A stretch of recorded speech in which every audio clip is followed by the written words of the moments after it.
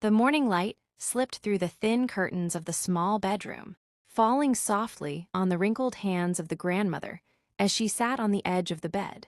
She had been awake since dawn. In the United States, weddings were loud, fast and beautiful, but for her, this day carried a different weight. It was her son's wedding day. She pressed her palms together and whispered a prayer in a voice barely louder than her breathing. She prayed for his happiness, for his future, for the woman he was about to marry. She did not pray for herself. She never did. Outside the room, the house was alive. Laughter echoed through the hallway. Music played from someone's phone. The smell of coffee and fresh flowers mixed in the air. Everything felt modern, polished, and perfect. Everything except the quiet room where the woman who had built this family sat alone. She stood slowly and chose a simple dress. It was old, but clean. She brushed her gray hair carefully and looked at herself in the mirror. For a moment, she smiled, not because she felt happy, but because she wanted to look proud. Today, her son was becoming a husband. When she stepped into the living room, the atmosphere shifted. Her future daughter-in-law stood near the kitchen island. Surrounded by bridesmaids, she looked flawless, perfect makeup, confident posture, a smile that disappeared the moment her eyes met the grandmother's. "You're still here?" the bride asked, her voice low but sharp. The grandmother blinked, confused. "Of course, dear. I'm getting ready to go to the venue." The bride sighed, clearly irritated. "I thought we talked about this. The wedding is complicated. My family doesn't understand old traditions. It would be better if you didn't come." The words didn't land all at once. They came slowly, painfully, like drops of cold water on bare skin. "I'm his mother," the grandmother said quietly. The bride stepped closer, her tone firm now. "This is not about you. Today is about us." Just then the son walked in. He was wearing his suit, adjusting his cufflinks, looking like someone else entirely. Someone distant, unfamiliar. The grandmother's face lit up with relief. "Son," she said softly. He hesitated. His eyes moved from his mother to his fiancée. The silence stretched. "Mom, please don't make this difficult," he finally said. Her heart cracked silently. "I just want to sit in the back." She whispered, "I won't bother anyone." He looked away. "Maybe it's better if you stay somewhere else today." The room spun. No one raised their voice. No one shouted, but the damage was done. The bride opened the front door. "I'll call you a cab." The grandmother picked up her coat with trembling hands. She didn't cry, she didn't argue. She walked past the decorations, past the flowers, past the life she thought she still belonged to. The door closed behind her. Outside, the American street was busy, cars passing, people laughing, life moving on. She stood there alone, holding her coat tighter, realizing that the country she had moved to for her son no longer had a place for her. And inside the house, her son stood still, staring at the floor, telling himself he had done the right thing. But somewhere deep inside, something began to break. The cab stopped at the corner of the street, its engine humming impatiently. The grandmother stepped out slowly, her feet touching the cold pavement as if it didn't belong to her anymore.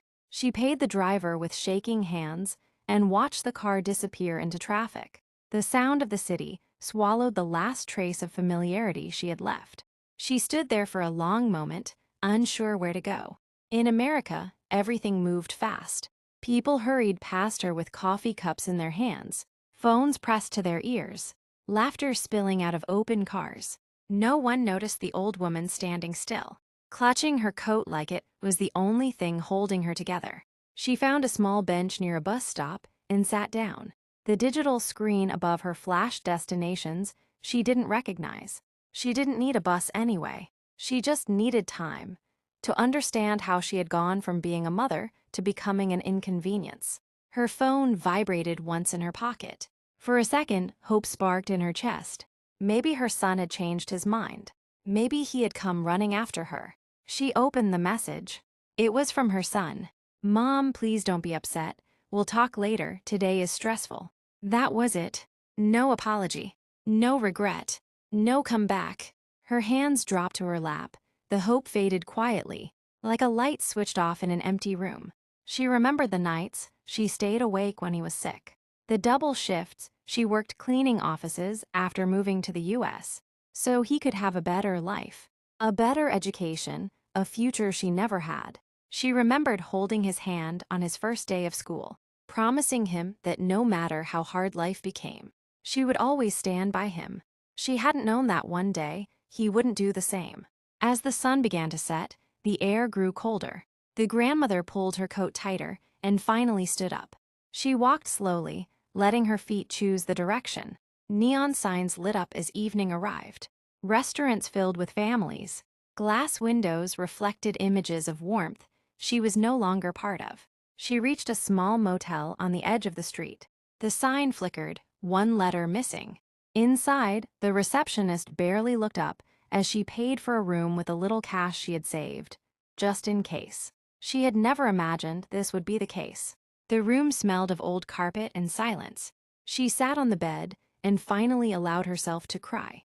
The tears came quietly at first, then heavier, shaking her thin shoulders. She covered her mouth so no one would hear. Even alone, she didn't want to be a burden. Across the city, in a brightly lit wedding hall, music played loudly, glasses clinked, people laughed. The son stood near the stage, surrounded by guests congratulating him. He smiled when he was expected to. He nodded when people spoke, but inside his chest felt tight. Every time someone mentioned family, his throat dried. He avoided looking at the empty seat in the corner, the one meant for his mother. He told himself it was necessary. He told himself it was easier this way. His wife squeezed his hand, whispering, "Everything is perfect." But perfection felt heavy. Later that night, when the celebration slowed and guests began to leave, he finally checked his phone again. No missed calls, no messages from his mother. For the first time that day, panic stirred. He stepped outside the hall, the cold night air hitting his face. The city lights blurred slightly as a memory surfaced. His mother sitting on a bus bench years ago, waiting for him after school, always waiting. And tonight, she was waiting for nothing. He typed a message, erased it, typed again. "Are you okay?" He stared at the screen, then locked his phone without sending it. Inside, the music started again. Outside, guilt stood beside him like a shadow he couldn't escape. And miles away, in a small motel room, an old woman lay awake, staring at the ceiling, wondering how love could disappear so quietly. Morning came without comfort. The grandmother woke up before the sun, her body stiff from the thin mattress and her eyes swollen from a night of silent crying. For a few seconds, she forgot where she was. Then the cracked ceiling, the hum of traffic outside, and the emptiness beside her reminded her of everything. She sat up slowly and placed her feet on the cold floor. There was no mirror in the room, but she didn't need one to know how she looked. Tired, small, erased. She washed her face in the sink. The water too cold, her hands trembling. When she looked at her reflection in the dull metal faucet, she barely recognized the woman staring back. She checked her phone again. Nothing. No message, no missed call. She folded her clothes carefully, the same way she always had, even when life was falling apart. Order was the only thing she still controlled. After checking out, she stepped back into the street, carrying a small bag and a heart that felt heavier than her entire body. She didn't know where to go, so she went where she always felt closest to peace. The church. It wasn't large or beautiful, but it was open.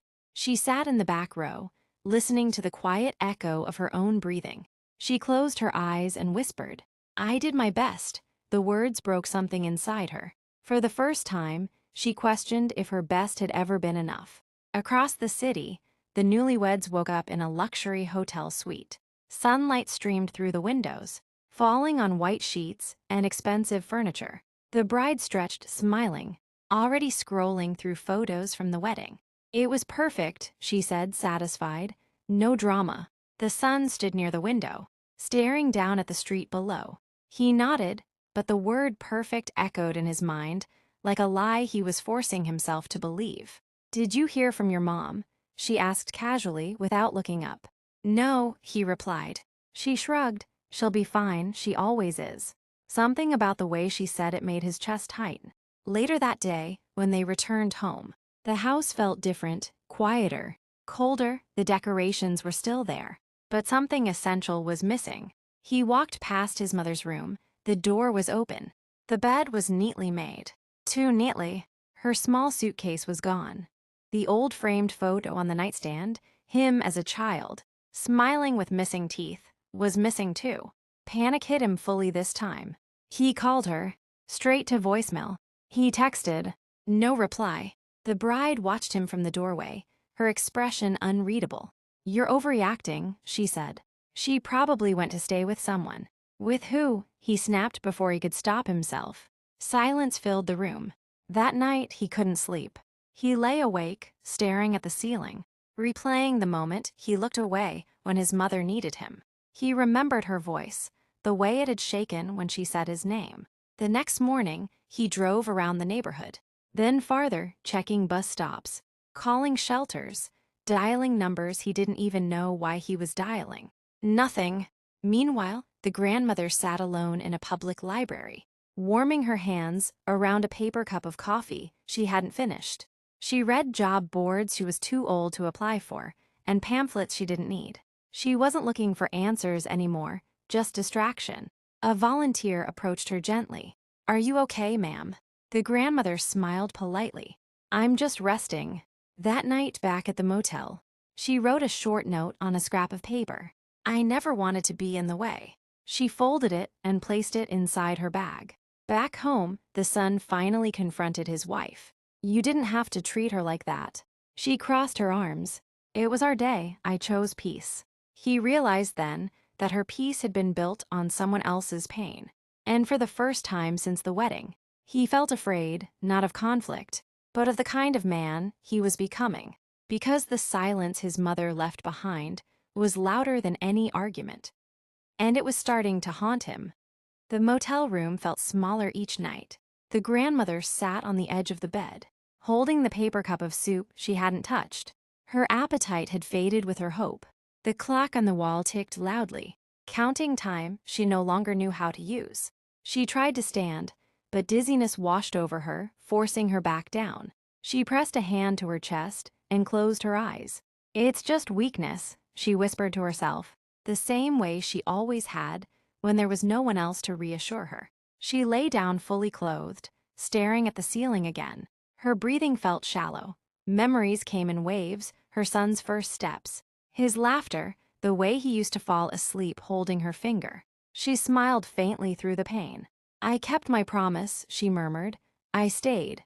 Across town, the son sat in his car outside his workplace, unable to bring himself to go inside. His phone rested in his hand. He had called his mother 10 times that morning, 10 times unanswered. He finally did something he should have done days ago. He called the motel number listed in his recent bank alerts. Yes, the receptionist said, her voice cautious. An older woman stayed here. She checked out this morning. His heart dropped. Did she say where she was going? No, sir. The line went dead, but the panic didn't. He drove aimlessly for hours, passing shelters, hospitals, churches, places he suddenly realized his mother might need. Each stop felt like a confession of how badly he had failed her. Meanwhile, the grandmother sat on a bench outside a free medical clinic. Waiting, her hands shook as she filled out the form. When the nurse called her name, her knees nearly gave out. Inside, under harsh fluorescent lights, a doctor spoke gently but seriously. You're severely dehydrated and under extreme stress. Have you been eating? She shook her head. Do you have family? The question lingered in the air. Yes, she said after a pause. I do. But it felt like a lie. They gave her fluids and told her to rest. When she stepped back outside, the world felt quieter, slower, as if she were moving through it alone. Back at home, tension finally broke. The son stood in the living room, his voice raised for the first time since the wedding. She's my mother. The bride responded coldly, and I'm your wife. She didn't deserve that. She was in the way. The words echoed, ugly and sharp. He realized then that silence had been a choice, and he had chosen it. The weight of that choice pressed down on him, heavy and unforgiving. That evening, he sat alone in his mother's empty room. He picked up an old scarf she had left behind by accident. It still smelled like her, warm, familiar, safe. He broke. The sobs came suddenly, violently. He buried his face in the scarf like a child, whispering, "I'm sorry," over and over again. Across the city, the grandmother lay down on a thin mattress in a shelter for the night. She stared at the dark ceiling and felt something new settle into her chest. Not anger, not sadness. Acceptance. She had been pushed out of a life she built. And somehow, she was still breathing. But the night carried a strange warning.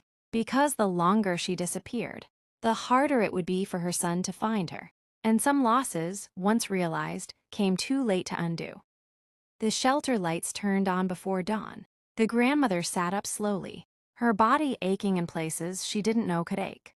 Around her, other women stirred, some young, some old, all carrying stories no one had asked to hear. She folded her blanket neatly and placed it back the way she'd found it. Habit was the last piece of dignity she refused to lose. She reached into her bag and touched the folded paper. The note. She hadn't planned when she would write it.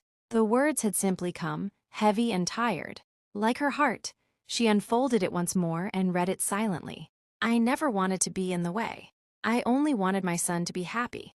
If my absence gives him peace, then this is my last gift." She folded it again, smaller this time, and placed it inside the old photo frame she carried, him as a child, smiling without fear of the future. She left the shelter quietly. By mid-morning, the city was fully awake. Traffic roared, sirens passed. Life moved forward without noticing the woman who moved through it like a shadow. She walked until her legs weakened, then sat at a bus terminal, watching people reunite. Argue, laugh, cry. Everyone seemed to belong somewhere. She bought a one-way bus ticket, using nearly all the money she had left. The destination didn't matter. She just needed to go somewhere no one would look for her. Back home, the son woke with a start. His chest tight, breath uneven. For a moment, he didn't know why. Then the emptiness rushed back in. He reached for his phone instinctively. Still nothing. He skipped work. He skipped explanations. He drove straight to the shelter he'd visited the night before. "She was here," the worker said. "She left early." "Did she say anything?" he asked desperately. The woman hesitated, then handed him a small piece of paper. "She left this at the front desk." His hands shook as he opened it. The note was short. Too short. His vision blurred before he finished reading. The word absence burned into his mind. He felt his knees weaken and grabbed the counter to steady himself. "This isn't goodbye," he said aloud, his voice breaking. "This can't be goodbye." He drove to the bus terminal next, heart pounding, scanning every face. Old women, young women, none of them her. Finally, at the ticket counter, he asked the question he'd been afraid to ask. "Did an elderly woman buy a ticket this morning?" Small, gray hair quiet. The clerk checked the screen. "Yes." "Where did she go?" The clerk paused. "I'm sorry, sir. One-way ticket, already departed." The world went silent. He walked outside and sat on the curb, his suit jacket forgotten, his tie loosened, his hands buried in his hair. The weight of his choices crushed him all at once. He saw her standing outside the house. He heard himself telling her not to make it difficult. He remembered how easily he had let her walk away. And now she was gone. Truly gone. Back at home, his wife watched him pace the living room, frantic, broken. "She did this to herself," she said sharply. "You can't blame me." He stopped. Slowly, he turned toward her. "No," he said, his voice low, shaking with something deeper than anger. "She did this because I let her." The words hung between them like a fracture that could never be repaired. Miles away, the grandmother sat by a bus window, watching the city fade into distance. Her reflection stared back at her tired, thin but strangely calm. She pressed her fingers to the glass and closed her eyes. For the first time in her life, she chose herself. Not happiness, just peace. And behind her, a son finally understood the cost of silence. Too late to stop the bus. Too late to undo the damage. Too late to say the words that mattered most. "I'm sorry, Mom." The bus kept moving. Time softened nothing. It only made the memories clearer. The son was older now, lines etched deeper into his face. His hair touched with gray he hadn't earned through age alone. He lived quietly in a small town where no one knew his past. People thought he was kind, reserved. a little sad. They didn't know that every kindness was repayment, every silence a reminder. One winter evening, a letter arrived at the community center where he volunteered on weekends. It wasn't addressed to him directly. It was part of a bundle of old records sent from a coastal shelter that was shutting down. A name caught his eye. His mother's name. His hands froze. The coordinator noticed his face drain of color. "Are you all right?" He nodded, though he wasn't. He took the file home, his heart pounding the entire drive. The papers were thin, ordinary, meal logs, volunteer notes, a few handwritten comments from staff. Then he saw it. A small note attached at the back, written by a nurse. Passed peacefully in her sleep. No emergency contact listed. The date was 3 years ago. The room felt too small to hold his grief. He sank into the chair, staring at the wall as if it might explain how the world could keep turning after that sentence. Passed peacefully. He repeated the words again and again, hating how gentle they sounded. There was no funeral listed, no grave number, no photograph. She had left the world the same way she had left his life, quietly, without asking for anything. That night, he didn't cry. He sat awake until morning, replaying moments he could never fix. The sound of her voice, the way she said his name, the pause before she accepted his silence. At dawn, he drove. He drove for hours until he reached the coast mentioned in the file. The town was small, calm, almost too beautiful for the pain he carried into it. He walked along the shoreline, where the wind smelled like salt and endings. An older woman from the community kitchen recognized the description immediately. "Yes," she said softly. "She helped everyone. Never spoke much about herself." "Did she ever seem angry?" he asked. The woman shook her head. "No, just tired, but kind." He thanked her and walked to the water's edge. "I'm here," he whispered, his voice breaking for the first time in years. "I came too late again." The waves answered, steady and indifferent. He knelt down and pressed his hand into the sand. He didn't ask for forgiveness. He didn't deserve it. He just stayed there, letting the cold numb his hands, letting the truth finally settle. She had loved him enough to disappear, and he had lived long enough to understand it. As the sun lowered, he stood and made a quiet promise, not to her but to himself. He would never turn away again. Not from pain, not from responsibility, not from love when it asked to be seen. Some lessons arrive after the door has closed forever, and some mothers spend their entire lives teaching, even in absence. The sea kept moving, and for the first time, the son let himself grieve without looking for a way back. The ocean stayed with him long after he left the shore. The son returned to his quiet town, carrying nothing physical, yet feeling heavier than ever. He didn't talk about the trip. He didn't explain the hollow look in his eyes. He simply went back to work, back to routine, back to life that now felt like borrowed time. But something had changed. He started noticing the people no one noticed. The elderly woman who sat alone at the bus stop every morning. The old man at the grocery store, counting coins with shaking hands. The tired mothers in waiting rooms, holding children and worries at the same time. Each face felt like a reminder. He began staying longer at the community center, arriving early and leaving late. He listened more than he spoke. He learned names. He remembered stories. When someone needed a ride, he offered without hesitation. When someone needed a shoulder, he stayed silent and present. Kindness became his language of grief. At night, he started writing letters. He never sent them. "Mom, today I helped an old woman carry her groceries. Mom, I didn't look away this time.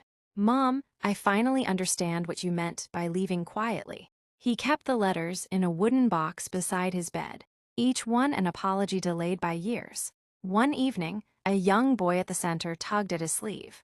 "Why do you help everyone?" the boy asked. The son paused, then answered honestly, "Because someone once helped me, and I failed to help her back." The boy nodded, as if that made perfect sense. Months passed. On a cold winter morning, the sun collapsed outside the center. The pain in his chest was sharp, sudden, as he lay on the pavement waiting for the ambulance. He wasn't afraid. His thoughts drifted not to regrets but to her. "I'm coming," he whispered, unsure to whom he was speaking. At the hospital, the doctor spoke carefully. You ignored this for too long. Stress, grief, they take a toll. He survived, but survival felt like a warning. During recovery, he visited the coast again. He stood where he had stood before and opened one of the letters. This time, he let the wind take it. The paper dissolved into the water, words disappearing into the waves. Thank you, he said softly, for loving me more than I deserved. Somewhere beyond sight, beyond sound, love remained what it had always been, patient, unseen, enduring. The son returned home with no illusion of redemption, only resolve, because while he could never change the moment he turned away, he could make sure no one else ever felt as invisible as his mother had. And in that quiet choice, her legacy lived on, not in memories but in action. Years continued to pass, each one quietly shaping the son into someone different. He aged with the kind of wisdom only deep regret can bring. His hair had more silver now, and his eyes carried the weight of every unspoken apology, every opportunity he had lost. Yet his heart had learned something essential. Even absence can teach love. He returned to the community center daily, greeting each person with patience and attention. It had become a ritual, a way of honoring the mother he had lost, the woman who had chosen peace over conflict, who had vanished so that he might survive his own mistakes. One spring morning, a young woman approached him, holding a small notebook. "Sir, this was left for you," she said, handing him a thin envelope. Inside, the handwriting was unmistakable. It was old, familiar, comforting. "My son, if you are reading this, I am not there to guide you, but I hope you feel my love in the quiet moments. Live kindly, forgive yourself, and never forget that love often exists in what we do, not what we say." He closed his eyes, holding the paper to his chest. Tears ran freely down his face, not just grief, but a strange release, a final recognition of everything he had learned too late. The son walked outside into the spring sunlight. The city hummed around him, full of people moving too quickly to notice one another. But he saw them now, really saw them. He smiled faintly, a small private smile, one of someone who had finally understood the weight of presence and absence alike. At the coast, waves lapped gently against the shore. He imagined her there, watching the tide, calm and patient as always, finally at peace. He whispered into the wind, "I understand now, Mom, thank you." And somewhere in the endless horizon of sky and water, it felt as though the universe replied with a quiet, unwavering embrace. The son turned, carrying forward the lessons she had left behind, knowing he could not bring her back, but that he could honor her through every act of love, every kindness offered without expectation, every quiet choice to be present. Life continued, fragile and fleeting, yet forever marked by the love of a mother who had taught him to see, even when she was gone.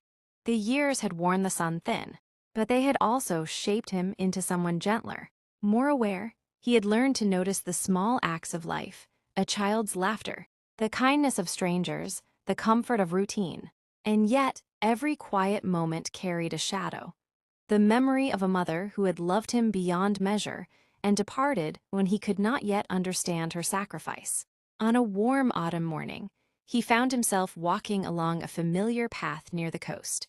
The wind carried the scent of salt and freedom. He paused, closing his eyes, imagining the soft presence of the grandmother who had taught him the meaning of unconditional love. He thought of all the times he had turned away, all the moments he had taken for granted. He thought of the letters he never sent, the apologies that came too late, and for the first time, he allowed himself to forgive himself, not fully, perhaps, but enough to move forward. He reached the edge of the water and knelt down, letting his fingers trail in the cool waves. "Mom," he whispered, voice trembling, "I finally understand. I'll live the life you wanted me to, kind, patient, and aware." For a long moment, he simply listened to the waves, imagining her smile reflected in the sunlight.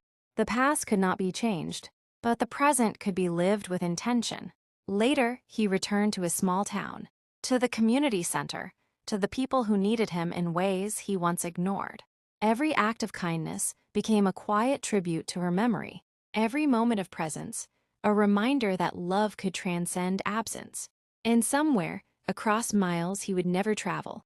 The grandmother's spirit rested peacefully, knowing her son had finally learned the lesson she had spent her life teaching: that love is not always about being there, but about seeing, feeling, and carrying it forward, even in silence. Life continued, imperfect and fleeting, but in each gentle choice, her legacy endured. And for the son, that was enough. The ocean kept moving, time kept passing, and love, patient, enduring, unseen, remained.